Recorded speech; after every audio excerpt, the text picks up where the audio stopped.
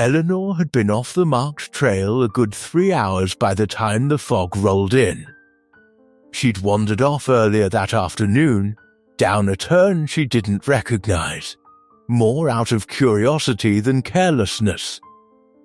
By the time she thought to head back, the fog had already swallowed most of what she could see. She stood there on a wet slab of granite, rain working its way down the back of her collar, her father's brass compass sitting open in her palm. Needle pointed north, steady as ever. Trouble was, north wasn't much use to a woman who couldn't find the trail. I'm Grandpa Ben, folks, and this here's her story. Eleanor's daddy was a land surveyor, the kind of man who'd spent his whole career putting exact numbers on things other folks were happy to guess at. But he wasn't cold about it, mind you.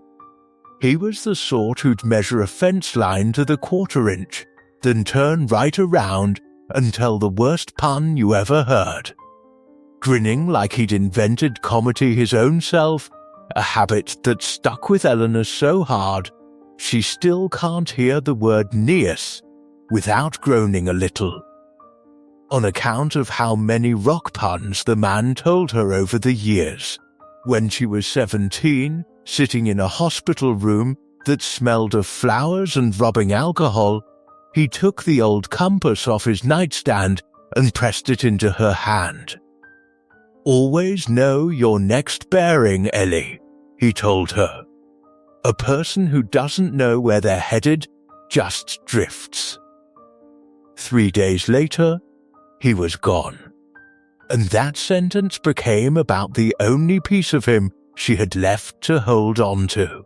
She didn't stop at keeping the compass, she kept the instruction and built an entire way of living around it. By 25, she had a 5-year plan typed up in a spreadsheet. By 30, she was engaged to a man named Marcus Decent. No, decent enough that the word undersells him good with her folks at holidays. Steady job. The kind of match that made sense on paper, penciled into a wedding date that fit right into the timeline. Even her Saturday hikes got mapped out a week ahead, bearing by bearing. That compass riding in her coat pocket like a rule she wasn't allowed to break. To everybody who knew her, Eleanor looked like a woman with her life entirely figured out. Nobody, including Eleanor, had stopped to ask whether she actually wanted to be headed where she was headed. Then, on an ordinary Tuesday, she got laid off. Department restructuring. Nothing personal. Over before she'd finished her coffee. It was the one thing her plan had never accounted for, on account of the fact that a plan followed carefully enough, in her mind, wasn't supposed to be able to fail. For 2 weeks straight, she did what she always did: filled the calendar, sent out applications, tried to plan her way out of the problem same as she'd handled everything else in her life. Didn't work worth a darn. So on day 15, half restless and half something she couldn't quite name, she drove out to the trailhead she used to hike as a teenager, back before her daddy passed, and left a note on the kitchen counter, more out of old habit than any real worry, before heading out with no map at all. Told herself it was simply a walk. No route, no bearing to check, no 5-year anything. Felt reckless enough to embarrass her a little.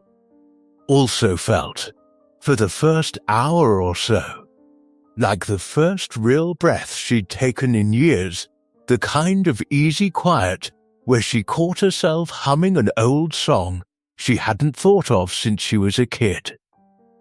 Then, the fog rolled in off the ridge faster than weather's got any right to move, swallowing the trail markers, the tree line, everything passed a few feet in front of her. Out of pure habit, she checked the compass. North, same as always, but north wasn't the trail, and for the first time in her grown life, knowing a direction told her nothing useful at all. Standing there, soaked through and honestly unsure which way to step, a memory rose up out of nowhere, not the hospital room, not his last words, but an afternoon years before that, when she was maybe 9, hiking this same mountain with her daddy. She'd gotten scared in a much smaller fog than this one, and he hadn't pointed off in any direction that day. He'd sat himself down on a rock beside her and said, "We don't need to know the whole way home, Ellie. We only need the next few feet." She'd built 20 years of discipline out of half of what her father had told her. Somewhere along the way, she'd let the better half slip, so she did what he'd done.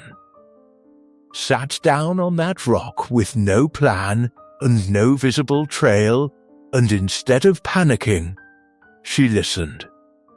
To the rain, to her own breathing, to a kind of quiet she hadn't sat inside since she was a girl. Didn't feel much like being lost anymore. Felt, oddly enough, a good deal like being found. The fog thinned some near an hour later, enough that she could pick her way marker to marker, a few feet at a time, back to the trail she knew. Wasn't graceful, wasn't fast, but she made it down that mountain fine. Here's the thing, though the hike down wasn't really the important part. What mattered came 3 days later, sitting at her kitchen table, when she pulled up that 5-year spreadsheet she'd kept faithfully for over a decade, looked at it a long while, and deleted it. Wasn't despair that did it. Was something a good deal closer to relief. She didn't build a new plan to replace the old one. She wrote 4 words on an index card and taped it above her desk, just the next few feet. She's still sorting out the job situation.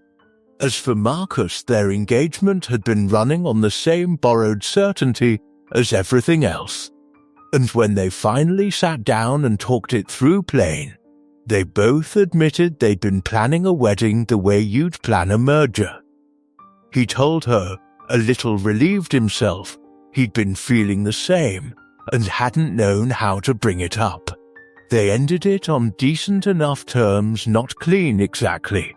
More people cried over it than either of them expected, but decent enough that he still sends her a card most Christmases. The compass doesn't ride in her coat pocket these days. It sits on her kitchen windowsill, where the morning light catches the brass just right. She looks at it most mornings not to find a direction, but to remember a man who, as it happens, was never really asking her to have the whole map figured out. He was asking her to take one honest step at a time and trust that it'd carry her far enough. Most days now, it does. Maybe you're not lost on some mountain in the rain. Maybe nobody ever handed you a compass at all. Maybe what you're carrying is a belief somebody once gave you, and somewhere along the way, you're the one who started drawing the rest of the map. Tell me down in the comments, what's the belief you've been navigating by? And if this one found you at the right moment, stick around, I've got more stories like it every week.